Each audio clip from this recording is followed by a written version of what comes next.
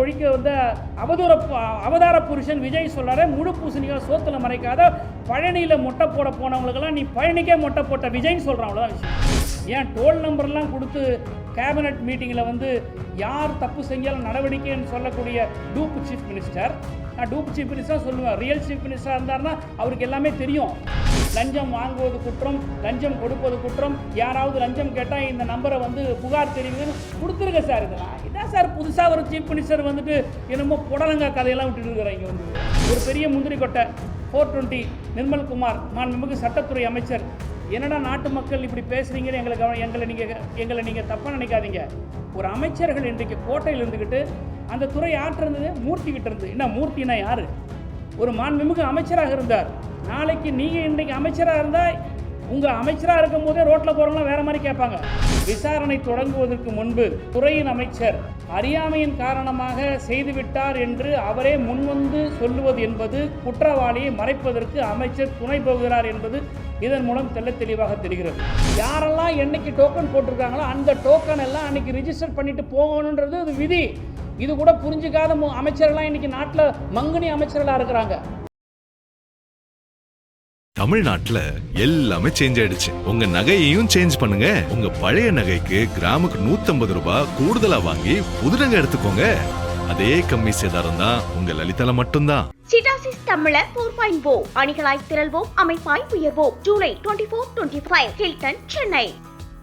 பழனி தண்டாயுதபாணி சாமி திருக்கோயிலுக்கு சொந்தமான 1.41 ஏக்கர் நிலத்தை தனியார் இருவர் பதிவு செய்யப்பட்டது தொடர்பாக கடந்த சில நாட்களாக ஊடகங்களில் செய்திகள் வந்து கொண்டிருக்கின்றன. இது குறித்து மாண்புமிகு அமைச்சர் பெருமக்கள் இருவர் ஒன்றுக்கு ஒன்று முரண்பட்ட கருத்துக்களை எல்லாம் முன்னுக்கும் பின்னாக ஊடகங்களில் தெரிவித்ததையெல்லாம் நான் பார்த்திருக்கிறோம். இந்த நிலத்தை பொறுத்தவரை இது கோயிலுக்கு சொந்தமானது என்பதில் எந்த மாற்று கருத்தும் கிடையாது. கோயில் நிலத்தை பதிவு செய்யக்கூடாது என்று சார் பதிவாளர் அலுவலகத்திற்கு கோயில் நிர்வாக தரப்பில் கடிதம் ஏற்கனவே கொடுக்கப்பட்டிருக்கிறது.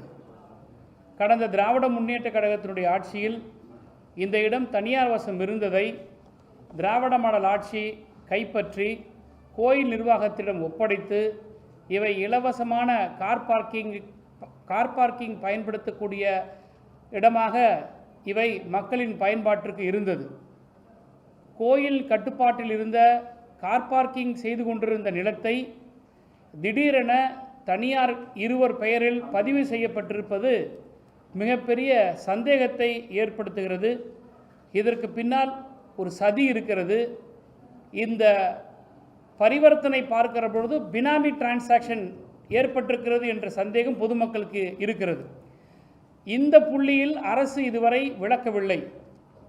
ஒரு அமைச்சர் என்ன சொல்லுகிறார், மாண்புமிகு இந்து சமய அறநிலையத்துறை அமைச்சர் என்ன சொல்லுகிறார், அறியாமையின் காரணமாக அதிகாரிகள் இவற்றை பதிவு செய்திருக்கிறார்கள் என்று சொல்லுகிறார்.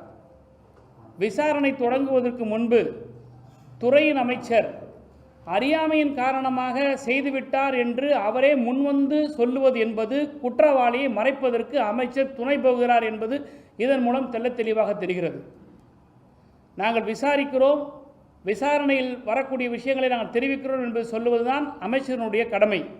ஆனால் அறியாமையின் காரணமாக பதிவு செய்யப்பட்டிருக்கிறது என்று தானாக முன்வந்து ஊருக்கு முன்னாடி முந்திரிக்கட்டை போல அறநிலையத்துறை அமைச்சர் வந்து இப்படிப்பட்ட ஒரு ஸ்டேட்மெண்ட் கொடுப்பது என்பது குற்றவாளிகளை தப்பிப்பதற்காக இவர்கள் முயற்சி செய்கிறார்கள், குற்றவாளியை காப்பாற்றுகிறார்கள் என்பதுதான் எங்களுடைய குற்றச்சாட்டு, திராவிட முன்னேற்ற கழகத்தினுடைய குற்றச்சாட்டு. நாங்கள் கேட்குற கேள்வி, இந்த அரசை நோக்கி கேட்கக்கூடிய கேள்வி என்னவென்றால், 2ஆம் தேதி இந்து சமய அறநிலையத்துறையின் சார்பாக கடிதம் கொடுக்கப்பட்டது. ஆனால் 3ஆம் தேதி இந்த பத்திரப்பதிவு செய்ய சொல்லி டாக்குமெண்ட்டை கொண்டாந்து ரிஜிஸ்ட்ரேஷன் ஆஃபீஸில் கொடுக்கப்படுகிறது. அன்றைக்கு இருந்த சப் ரெஜிஸ்ட்ரார் திரு பழனிசாமி என்பவர் இவற்றை நான் பதிவு செய்ய மாட்டேன், ஏனால் ஏற்கனவே கடிதம் இருக்கிறது என்று அவர் சொல்லிவிட்டார்.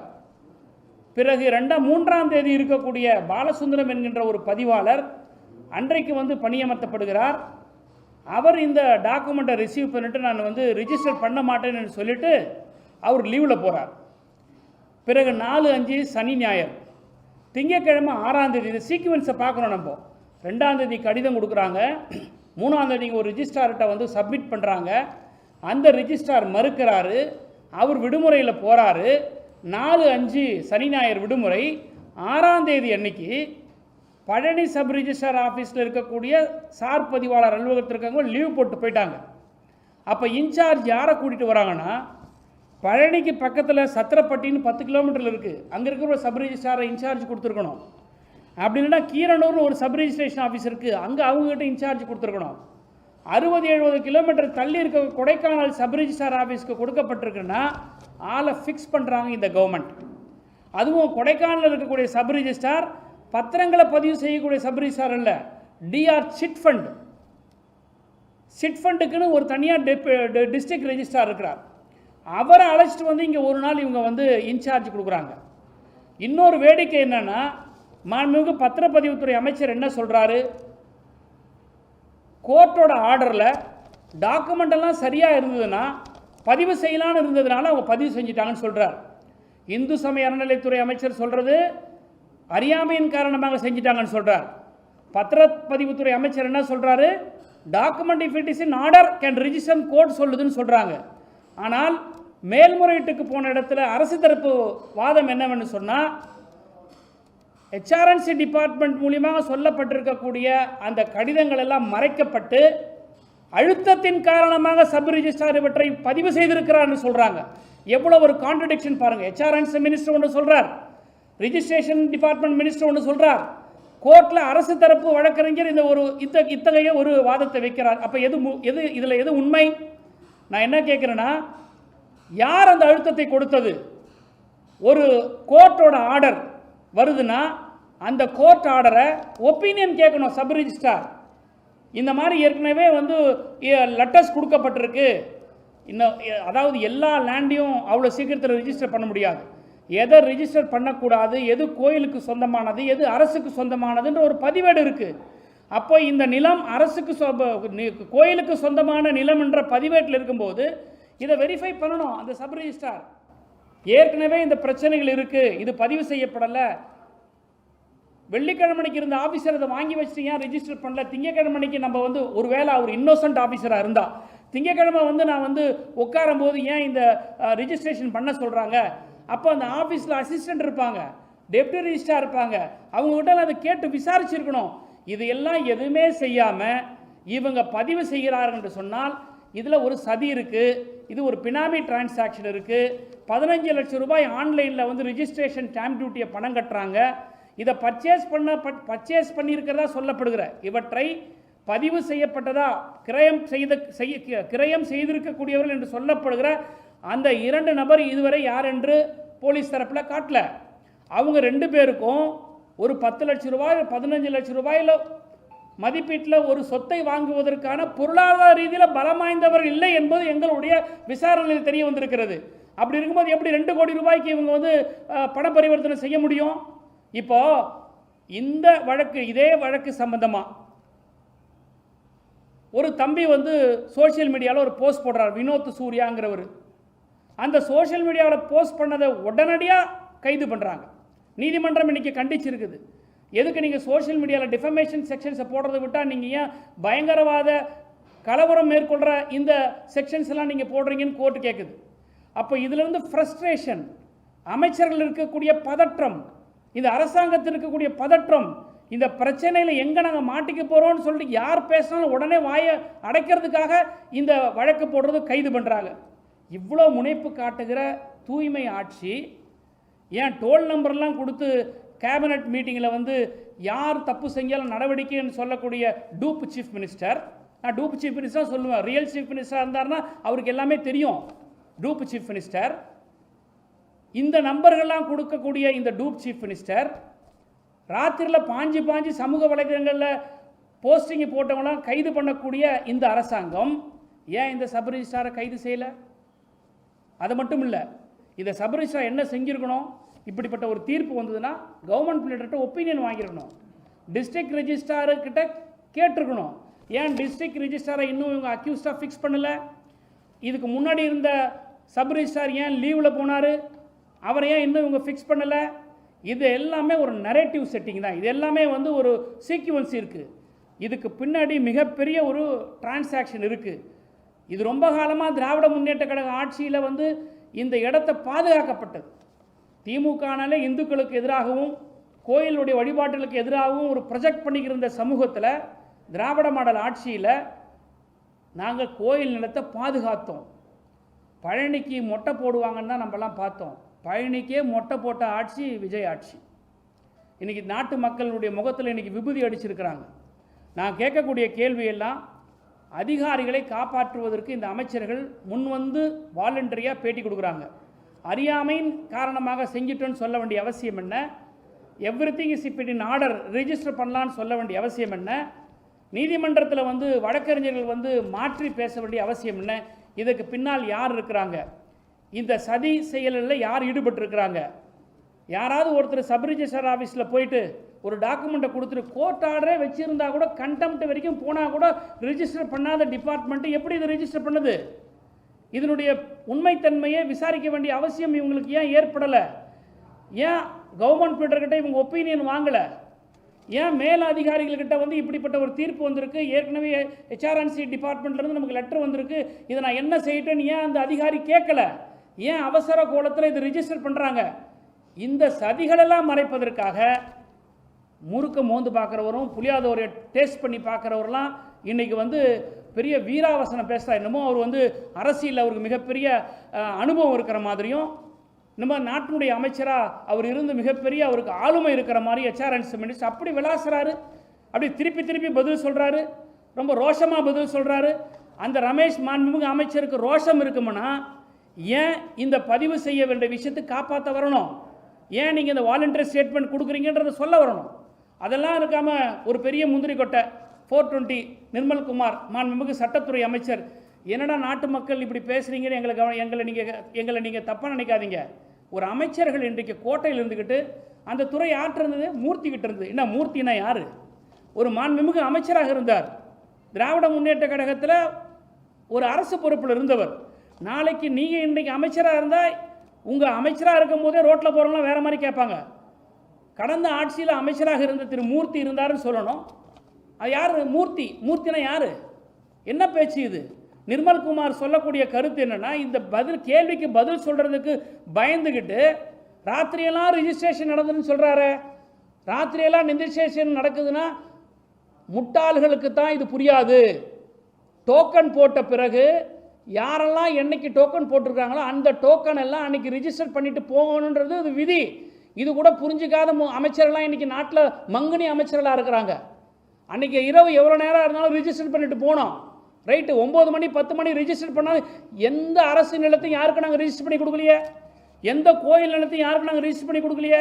தூய்மையான ஆட்சின்னு சொல்லக்கூடிய விஜய் அரசாங்கம் இன்னைக்கு கோயிலோட லேண்டை இன்னொருத்தருக்கு ரிஜிஸ்டர் பண்ணி கொடுத்துருக்கும் போது நீங்கள் எப்படி எங்களை பார்த்து குற்றம் சுமத்த முடியும்?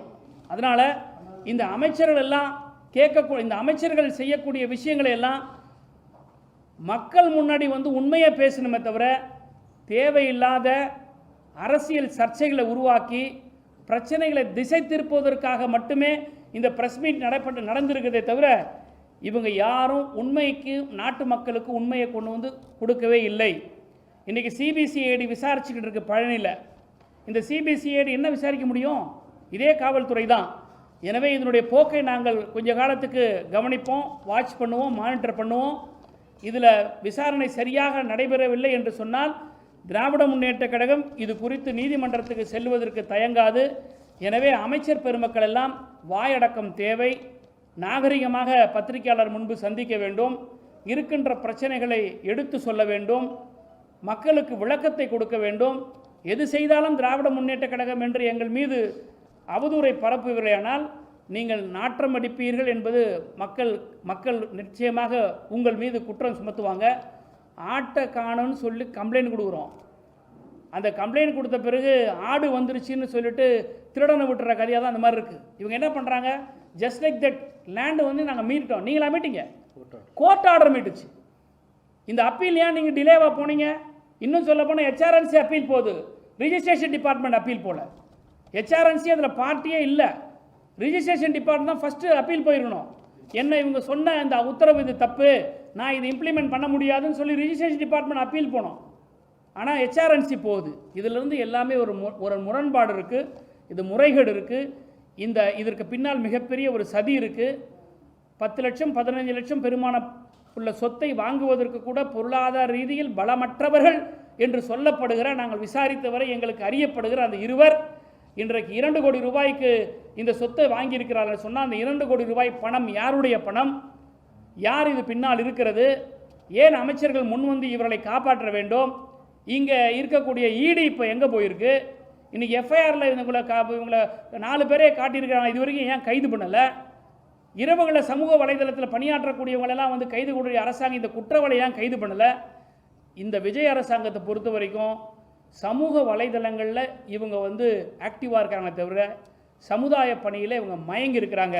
தயவு செய்து அந்த மயக்கத்திலேருந்து வெளியே வாங்க, நாட்டு மக்களுக்கு பணியாற்றுங்கன்னு மாண்புமிகு அமைச்சர் பெருமக்களையும் இந்த அரசையும் நான் கேட்டுக்கிறேன்.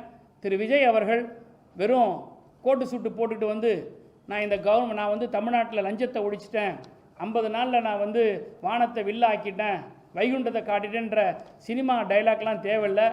உங்கள் முதுகு பின்னாடியே மிகப்பெரிய அளவில் புறையோடி ஊழல் இருக்கிறது.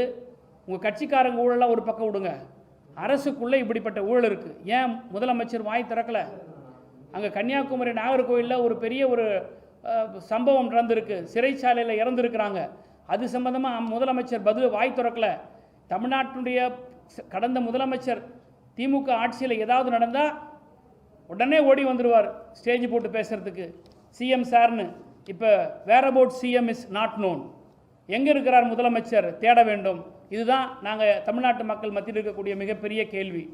நீங்கள் சொல்கிற அந்த 2 பேர் நாங்கள் வந்து பணம் இல்லாதவர்கள் கண்டுபிடிச்சு சொன்னீங்க. இதுவரையிலும் நீதிமன்றத்துக்கு முன்னாடியோ அல்லது அரசோ இல்லை காவல்துறையோ யாரும் இதுவரை அவர் கிரிமினல் நடக்கிறத வெளிப்படுத்தல.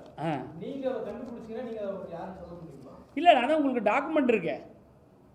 நாங்கள் விசாரித்த வரைக்கும் சார் சார் நாங்கள் வந்து பேராக இருக்குன்ற ஆளை போய் பிடிச்சி கொண்டாந்து கூட முடியும். நாங்கள் சொல்லக்கூடிய பேரில் சேதுபதியும் இன்னொருத்தர் வந்து வெள்ளத்துறை, இவங்க 2 பேர் இருக்கிறாங்கன்னு சொல்கிறோம். அவங்க 2 பேரும் சேதுபதிங்கிறவர் வந்து அந்த கொடைக்கானல் பழனி பகுதியை சேர்ந்தவர், வெள்ளத்துறைங்கிறவர் உடுமலைப்பேட்டை பகுதியை சேர்ந்தவர். அவங்களுக்கு இந்த கெப்பாசிட்டி இல்லைன்றது எங்களுக்கு விசாரணையில் தெரியுது. இந்த சேதுபதி லிட்டிகேஷன் ப்ராப்பர்ட்டியை ஹேண்டில் பண்ணுறவர் தான்ன்றது எங்களுக்கு தெரிய வந்திருக்குது. டாக்குமெண்ட்டு சப்ரிஜிஸ்டர் ஆஃபீஸில் இருக்கல ஃபோட்டோ ஒட்டியிருப்பாங்களே, ஏன் ஃபோட்டோ இதுவரையும் வெளியிடலை? 2 பேர் பர்ச்சேசர், நீங்களும் நானும் போய் ப்ராப்பர்ட்டி வாங்கினோமா, ஏன் ஃபோட்டோ ஓட்டணும், உங்கள் ஃபோட்டோ ஓட்டணும், சாட்சி கையெழுத்து ஃபோட்டோ ஓட்டணும். அந்த ஃபோட்டோ இப்போ அவைலபிளாக இருக்கா இல்லையா on the table of the subregistrar, அரசனுடைய கோப்பில் இருக்குல்ல, ஏன் அதை வெளியிடலை இன்னும்? அப்போ இந்த ஆட்சி, இந்த அதிகாரம், இந்த அமைச்சர் மறைக்கிறாங்க இந்த குற்றவாளிகளை. அதுதான் நான் சொல்கிறேன். அதுதான் தெரியலையே யாருடைய பினாமி. அந்த பினாமி யாரு? ஆளுங்கரப்பு சேர்ந்தவங்க இருக்கிறதுனால தான் அமைச்சர் முன் வந்து குற்றவாளிகளை வந்து காப்பாற்றுறாரு. அறியாமையினால செஞ்சன்ற வார்த்தை சொல்லலாமா முதல்ல ஒரு அமைச்சர்? இது தவறுகளா? அப்போ அறியாமை செஞ்சிருந்த போது you are preventing them, you are protecting them தான் தெரியுது. அப்போ பினாமி யார் இருப்பா? ஆளுங்கட்சி இருக்கு. அப்போ ஆளுங்கட்சி இருக்கிறதுனால தான் நீங்கள் காப்பாற்றுறீங்க. நீதிமன்றத்துக்கு போவோம், விசாரணை பார்ப்போம் சொல்லிருக்கீங்க. அமைச்சரே முன் வந்து சொல்றது நீங்களே குற்றம் சாட்டுறீங்க, அவர் காப்பாற்ற முயற்சிறாரு. இப்படி ஒரு முயற்சி இருக்கும்போது நீங்கள் நீதிமன்றத்துக்கு? இல்லை சார், நம்ம ஒரு சிபிசிஐடி நார்மல் போலீஸ் ஸ்டேஷன், நீங்கள் பழனி அடிவாரத்தில் போலீஸ் ஸ்டேஷன் வந்து விசாரணையிலேருந்து எடுத்து இன்னொரு சேஞ்ச் ஆஃப் இன்வெஸ்டிகேஷன் கொடுத்துருக்குறாங்க. நாங்கள் அரசாங்கத்தில் இருந்தவங்க இருக்கிற விஷயங்கள் எங்களுக்கு உணர்ந்து பேசுகிறதுனால தான். தாவேக்கா மாதிரி அறவேக்காடா நாங்கள் பேச மாட்டோம். உணர்ந்து பேசுகிறதுனால தான் we are giving a breathing time. அந்த சிபிசிஐடி எந்த கோணத்தில் போய் இப்போ நான் இந்த கொஷின்ஸை வச்சுருக்கேன். லீவில் போனவரை ஏன் நீங்கள் ஃபிக்ஸ் பண்ணலையா? அந்த டிஸ்ட்ரிக்ட் ரிஜிஸ்ட்ரார் ஏன் ஃபிக்ஸ் பண்ணல? நீங்கள் ஒரு சப் ரிஜிஸ்ட்ராருக்கு இப்படிப்பட்ட ஒரு ஆர்டர் வந்து அவர் யார்கிட்ட கேட்கணும்? டிஸ்ட்ரிக்ட் ரிஜிஸ்ட்ரார்ட்ட கேட்கணும். டிஆர் சிட் ஃபண்டை கொண்டாந்து ஏன் நீங்கள் ரெகுலர் ரெஜிஸ்ட்ரேஷன் சப் ரிஜிஸ்ட்ரார் ஆஃபீஸில் போடணும்? டிஆர் சிட் ஃபண்டுடைய அவங்களுடைய நாமன் கல்ச்சர் இஸ் டிஃபரெண்ட். சிட் ஃபண்டுங்களை பதிவு பண்ணுறது, சிட் ஃபண்ட் நிறுவனங்கள் இருக்கக்கூடிய விஷயங்களை பார்க்கறதுக்கான ரெஜிஸ்ட்ராரை ஏன் நீங்கள் கொண்டு இன்சார்ஜ் இங்கே போடுறீங்க? சத்திரப்பட்டி கீழே இருக்க பக்கத்துலேயே இருக்க 10 கிலோமீட்டரில் அந்த ரிஜிஸ்ட்ராரில் ஒரு இன்சார்ஜாக வரணும். சார், ஒரு ஜுடிஷியல் மேஜிஸ்ட்ரேட் 1ஆம் நம்பர் ஜுடிஷியல் மேஜிஸ்ட்ரேட்டு கேஷுவல் லீவுன்னு இன்றைக்கி போட்டாங்கன்னா பக்கத்து கோர்ட்டு எந்த ஜுடிஷியல் மேஜிஸ்ட்ரேட் இருக்காரோ அவர் தான் சார் இன்சார்ஜ், அவர் தான் சார் ரிமாண்ட் பண்ணுவார். அதுக்காக வந்து சென்னையில் ஜுடிஷியல் மேஜிஸ்ட்ரேட் இன்றைக்கி லீவில் இருக்கிறாருன்னா நீங்கள் போய் கன்னியாகுமரியில் இருக்கிற ஜுடிஷியல் மேஜிஸ்ட்ரேட்டுக்கிட்ட இன்சார்ஜ் கொடுப்பீங்களா? அப்படி தான் பண்ணியிருக்கு. அப்போ என்னன்னா இந்த சப்ரிஜிஸ்டர் ஆஃபீஸர் யாருமே வந்து இந்த குற்ற செயலுக்கு சதி செயலுக்கு ஒத்து போகல, லீவு போட்டு போன ஆஃபீஸர் ஒத்து போகல. அப்போது செட் பண்ணி கொண்டாடுறாங்க, இந்த மணிகண்டனை செட் பண்ணி கொண்டாடுறாங்க. ஸோ வெஸ்டர்ட் இன்ட்ரெஸ்ட் இருக்குது, யார் இதை செய்ய முடியும்னு அவங்களுக்கு தெரியுது, இவர்கிட்ட கொடுத்தா இதை செய்வாருன்னு தெரியுது. அப்போ இதெல்லாம் ஃபிக்ஸ் பண்ணி இந்த ஒரு பெரிய ஒரு ஸ்கேம் நடந்துடும். இதுதான் எங்களுடைய குற்றச்சாட்டு. விஜய்க்கே தெரிஞ்சிருக்குங்க, விஜய்க்கே தெரிஞ்சதுனால தான் இவங்க 2 பேரை விட்டு நீ முன்னேறி போய் நீங்கள் ஏதாவது பேசுங்க முட்டு கொடுங்கன்னு கொடுக்குறாரு. விஜய்க்கு தெரியலன்னா விஜய் வந்து சொல்லட்டோமே, மாண்புமிகு முதலமைச்சர் விஜய் வந்து சொல்லட்டோமே. விஜய்க்கு தெரியுது, அவருக்கு தெரிஞ்ச அந்த அமைச்சர்கள் இந்த ஆட்சியை காப்ப. ஏன்னா இப்போ தான் ஒரு டோல் ஃப்ரீ நம்பர் ஒன்று கொடுத்தாருல, இன்னமும் நாட்டில் புதுசாக ஒரு தான் வானத்திலேருந்து குதிச்சு director of vigilance anti corruption என்னைக்கு தோன்றலை, இப்போ தான் அவர் கண்டுபிடிச்சிருக்கிறாரு. அந்த ஒரு டிபார்ட்மெண்ட் இப்போ தான் உருவாக்கிறார் முதலமைச்சராகி. ஏங்க செக்ரட்டரியேட்டுக்கே போகாதீங்க இவங்கெல்லாம், சாதாரண காமன் பப்ளிக் செக்ரட்டரியேட்டுக்கு போனாங்கன்னா எல்லா இடத்துலையும் ஒட்டியிருக்கோம், லஞ்சம் வாங்குவது குற்றம், லஞ்சம் கொடுப்பது குற்றம், யாராவது லஞ்சம் கேட்டால் இந்த நம்பரை வந்து புகார் தெரிவிங்கன்னு கொடுத்துருங்க சார். இதெல்லாம் என்ன சார் புதுசாக ஒரு சீஃப் மினிஸ்டர் வந்துட்டு என்னமோ புடலங்க கதையெல்லாம் விட்டுட்டு இருக்கிறாங்க இங்கே வந்து இவர்.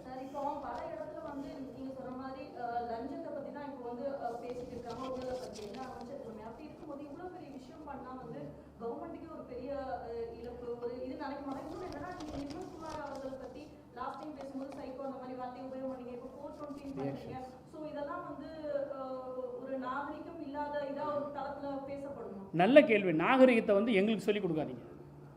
நல்ல கேள்வி, உங்கள் கேள்வி நான் எடுத்துக்கிறேன், மதிக்கிறேன். பத்திரிகையாளர்கள் நாகரிகமாக நடந்துக்கணுன்ற எண்ணம் எங்களுக்கு இருக்குது. இல்லை மக்கள் கண்டிப்பாக, ஏன்னா இன்றைக்கி வந்து நாகரிகத்தை பற்றி நாங்கள் உணர்ந்திருக்கிறனால தான் 75 ஆண்டு காலமாக இந்த திராவிட இயக்கங்கள் வந்து இன்றைக்கி தமிழ்நாட்டில் அரசியல் பண்ணோம், ஆட்சியில் கூட அரசியல் பண்ணுறோம். ஆனால் நாகரிகத்தை பற்றியே தெரியாமல் வாய்க்கு வந்தவர் எப்படி பேசுகிறாங்க இந்த மினிஸ்டர்ஸ்லாம். சட்டமன்றத்தில் முதல்ல ஒரு முதலமைச்சர் எப்படி நடந்துக்கிறாரு, நாகரிகம் யாருக்கு சொல்லிக் கொடுக்க வேண்டியது இருக்குது? அப்போ நாகரிகமாக நாங்கள் இருந்துக்கிட்டே இருந்தோம்னா every action there should be a equal and opposite reaction. அப்போ தான் வாய் மூடுவாங்க. புரியுதுங்களா? இவங்க பெரிய புத்திசாலி மாதிரி பேசுகிறாங்களே, நீங்கள் முட்டாளுங்க நாங்கள் சொல்கிறோம், அவ்வளோதான் விஷயம். நீங்கள் ஊழல்வாதிகள் அல்ல, நாங்கள் வந்து ஊழலை ஒழிக்க வந்து அவதார புருஷன் விஜய் சொல்கிறாரு, முழு பூசணிக்காக சோத்துல மறைக்காத பழனியில் மொட்டை போட போனவங்களுக்கெல்லாம் நீ பழனிக்கே மொட்டை போட்ட விஜய்ன்னு சொல்கிறான், அவ்வளோதான் விஷயம். ரைட். தமிழ்நாட்டுல எல்லாமே சேஞ்ச் ஆயிடுச்சு. உங்க நகையையும் சேஞ்ச் பண்ணுங்க. உங்க பழைய நகைக்கு கிராமுக்கு 150 ரூபாய் கூடுதலா வாங்கி புது நகை எடுத்துக்கோங்க. அதே கம்மி சேதாரம் தான் உங்க லலிதால மட்டும்தான். சிட்டாசிஸ் தமிழர் 4.0 அணிகளாய் திரள்வோம், அமைப்பாய் உயர்வோம். ஜூலை 24-25 ஹில்டன், சென்னை.